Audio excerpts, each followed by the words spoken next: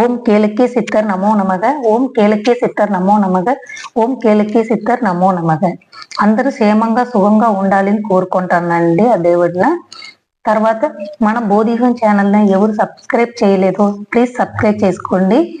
మీకు తాంత్రిక పరిహారాలు చాలా చెప్పబడుదును. మీ కష్టాలు తీరడానికి, పిల్లల చదువులు బాగా ఉండడానికి, లేదు ఇంకా చాలా ఉన్నాయి కదండి మన సమస్యలు. అన్ని సమస్యలకు తాంత్రిక పరిహారాలు ఎలాగ చేసుకోవాలి, ఇంట్లో ఉంటే లేడీస్ బయటకు వెళ్లకుండా ఇంట్లో ఉండే చిన్న చిన్న తాంత్రిక పరిహారాలు చేసుకొని చాలా కష్టం ఏమీ లేదండి. ఎక్కువ డబ్బులు ఖర్చులు కూడా మీరు చేసుకోక్కర్లేదు. అలాంటి చిన్న చిన్న పరిహారాలు ఇంటి నుంచే ఎలాగ చేసుకుంటాము మన లేడీస్ చేసుకొని, మగవాళ్ళు కూడా చేసుకోవచ్చండి. లేడీసే కాదు, అందరూ ఎలాగ చిన్న చిన్న పరిహారాలు చేసుకొని మన లైఫ్ న చాలా సాఫ్ట్ గా మంచిగా లీడ్ చేయొచ్చు అన్న గురించి మనం ఇప్పుడు చెప్పబోతున్నాము. ఈ రోజు మనం ఏంటి చూడబోతున్నామంట, శివ పూజ గురించి చూడబోతున్నామండి. శివ పూజే కదా, అందరం చేస్తున్నాం కదా, ఇది ఏంటి కొత్తగా చెప్తుంది అని అనుకుంటారు. ఈ శివ పూజ అన్నది ప్రదోష కాలంలో మనం చేస్తున్న శివ పూజ. ప్రదోష కాలం అన్నది ఏది మీరు తెలుసుకోవాలి కదా. ప్రదోష కాలం సూర్యుడికి ఇద్దరు భార్యలు, ఉష ప్రదీష. మార్నింగ్ వస్తుంది కదా, మార్నింగ్ 4 to 6 అంటారు. సంధి వేళ సూర్య ఉదయించిన ముందు ఈ నైట్ పూర్తి అవుతుంది, సూర్యుని ఉదయిస్తుంది, రెండుకి మధ్యలో ఉంటుంది చూడండి, అది ఉషాకాలం అంటారు. ఆ టైంలో మనము తెల్లవారు లెగిసి దేవుడికి పూజలు చేసుకుంటే బ్రహ్మ ముహూర్తం కూడా అంటారు కదా. ఆ టైంలో దేవుడు మొక్కంటే మనకు కోరిన కోరికలన్నీ తీరుతాయి, అలాంటివన్నీ చెప్తారు కదండి. సేమ్ అలాగే ఈవినింగ్ టైంలో 4 to 6 అన్నది ప్రతియుషా కాలం. అదే కొన్ని రోజులు అయ్యి ప్రతియుష అన్నది ప్రదోష కాలంగా మారిపోయింది. ఆ ప్రదోష కాలం అన్నది ఎప్పుడంటే ఈవినింగ్ 4 to 6 అండి. ఆ 4 to 6 లో మనము శివ పూజ చేసుకుంటే చాలా మంచి ఫలితాలు, మనకు కోరిన కోరికలు వెంటనే తీరుతాయి. మనము ఒక సంవత్సరం పాటు శివ పూజ డైలీ చేస్తుంటే కూడా ఇది ఒక్క నెల మీరు ఈ ప్రదోషకాల పూజ చేస్తే ఆ ఫలితాలు దక్కుతాయండి. ఈ ప్రదోషకాల పూజ ఎలాగ చెయ్యాలి తెలుసుకోవాలి కదండి. ఫస్ట్ ఆ ప్రదోషకాల పూజ శివ పూజకి ఉన్న స్టోరీ ఏటో తెలుసుకోవాలి కదా. అది తెలియకుండా మనకు ఈ పూజ చెయ్యండి అంట, ఎందుకు చెయ్యాలి అన్న క్వశ్చన్స్ వస్తాయి. సో ఆ ప్రదోషకాల పూజ శివ పూజ ఎందుకు ఫలితాలు అంత మంచి ఫలితాలు ఇస్తాయి, దానికి కారణాలు ఏంటి తెలుసుకోవాలి కదా. అది ఇప్పుడు చెప్పబోతున్నాను. పూర్వం కాలంలో దేవతలు పాల సముద్రం నుంచి అమృతం వచ్చింది, తర్వాత లక్ష్మీదేవి, పారిజాతం, ఇలాగ అన్నీ వస్తున్నాయి. వచ్చిన టైంలో ఫస్ట్ ఇదన్నీ రాకముందు ఫస్ట్ ఏది వచ్చింది, ఆలాకాల విషం వచ్చింది అంటారు కదండి. ఆ ఆలాకాల విషంన దేవుడు శివుడు ఏ రోజు తీసుకున్నాడో ఆ రోజు, అది కూడా ఆ రోజు ఈవినింగ్ 4 to 6 అతను తీసుకున్నాడు. ఆ టైము ప్రదోష కాలం అంటారు. ఆ ప్రదోష కాలం అతని కష్టాల్లో ఇది తీసుకొని దేవుడు కష్టంలో ఉన్న ఆ టైము మనము అతనికి దేవుడికి మొక్కితే దేవుడు కష్టం ఎప్పుడు మనము సంతోషంగా ఉన్న టైంలో మనం ఎవరు ఎంత హెల్ప్ చేసుకుంటే కూడా మనం మరిచిపోతాం. కానీ మన కష్టాలు ఉన్నప్పుడు ఎవరో ఒకరు వచ్చి మనకు హెల్ప్ చేస్తే మన జీవితంలో మరిచిపోము కదా. ఆ టైప్ అన్నమాట. ఆ టైంలో ఈవినింగ్ 4 to 6 ఆ టైంలో అతను దేవుడు తీసుకున్న ఆ టైంలో మనం వెళ్ళి మొక్కితే దేవుడు మన కోరిన ఏ కోరికైనా నెరవేరుస్తారు. ఆ టైం అనేది ఎప్పుడు వచ్చింది, ప్రతిరోజు ఈవినింగ్ వస్తుంది. ఆ ప్రతిరోజు ఈవినింగ్ కూడా ప్రదోష కాలమైనా ఆ రోజు వెళ్ళి ప్రతిరోజు మొక్కోవచ్చండి, తప్పులేదు. కానీ దీనికి ప్రత్యేకంగా ఒక రోజు ఉంది. ఆ రోజు ఏంటంటే త్రయోదశి రోజు. ప్రతి ఒక్క నెలకు 2 త్రయోదశిలు వస్తాయి. ఒకటి అమావాస్య ముందు వస్తుంది, ఇంకొకటి పౌర్ణమి ముందు వస్తుంది. ఇలాగా ప్రతి నెల మనకు 2 త్రయోదశిలు వస్తుంది. ఆ త్రయోదశి రోజు మనము ఈ ప్రదోష కాలం ఈవినింగ్ 4 to 6 లోపుకి, మాక్సిమం 4:30 నుంచి 5:30 ప్రిఫర్ చేసుకోండి.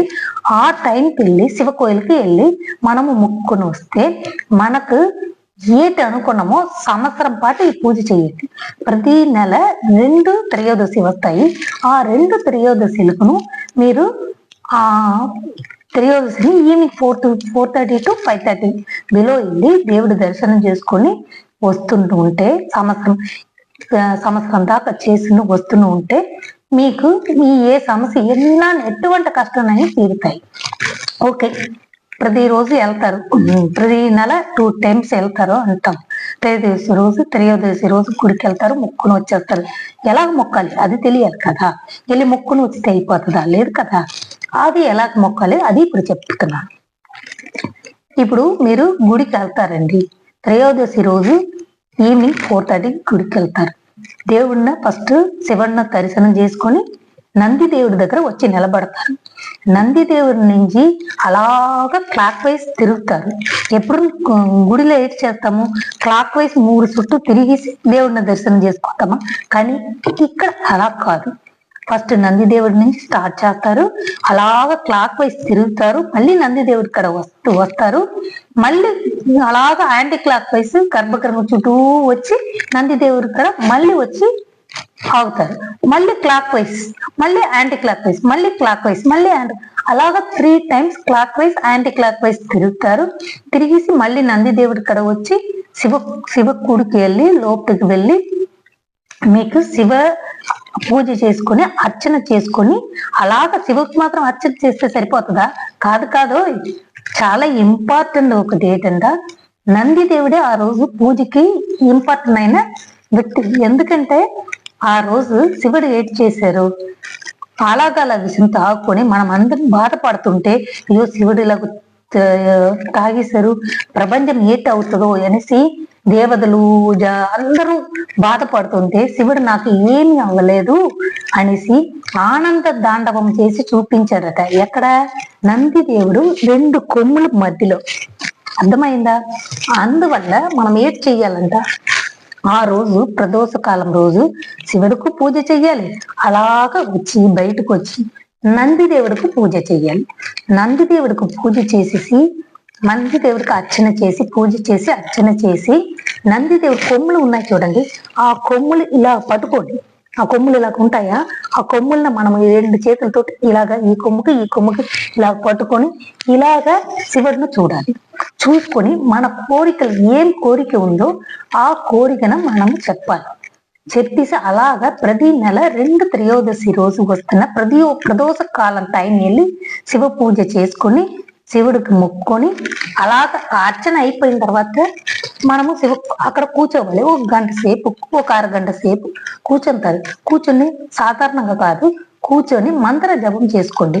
ఏ మంత్ర జపమైనా చేసుకోవచ్చు. సహస్రనామం వచ్చా శివుడికి సహస్రనామం చేసుకోండి, గాయత్రి మంత్రం వచ్చా చేసుకోండి, లేదా ఏమీ మంత్రం రాదండి నాకు అనుకుంటారా, ఓం నమశివాయ అని చెప్పుకోండి. అరగంట చేసుకొని అక్కడ ఉండి దేవుడిని దర్శనం చేసుకొని అలాగా ఏం చేస్తారంట, బయటకు వస్తారు. బయటకు వచ్చి విభూతి తీసుకొని బయటకు వచ్చి మళ్ళీ మీ గంట స్తంభం ఉంది కదండి, ధ్వజస్తంభం అంటారా తెలుగులో, నాకు తెలుగు అంత కరెక్ట్ గా రాదు. అక్కడ వచ్చి మనము దేవుడిని దండ పెట్టుకోవాలండి. సాష్టాంగ నమస్కారం చేసుకొని మొక్కుకొని ఆ విభూతిని తీసుకొని ఇంటికి వస్తాము. ఇంటికి వచ్చి ప్రతిరోజు ఆ విభూతి పెట్టుకోండి. అలాగ సంవత్సరం పాటు చేస్తే మనము ఎటువంటి కోరికలు ఉండాలి, ఎంత కష్టమైన అవ్వని తీరదు అనుకోండి, కానీ తీరిపోతాయి.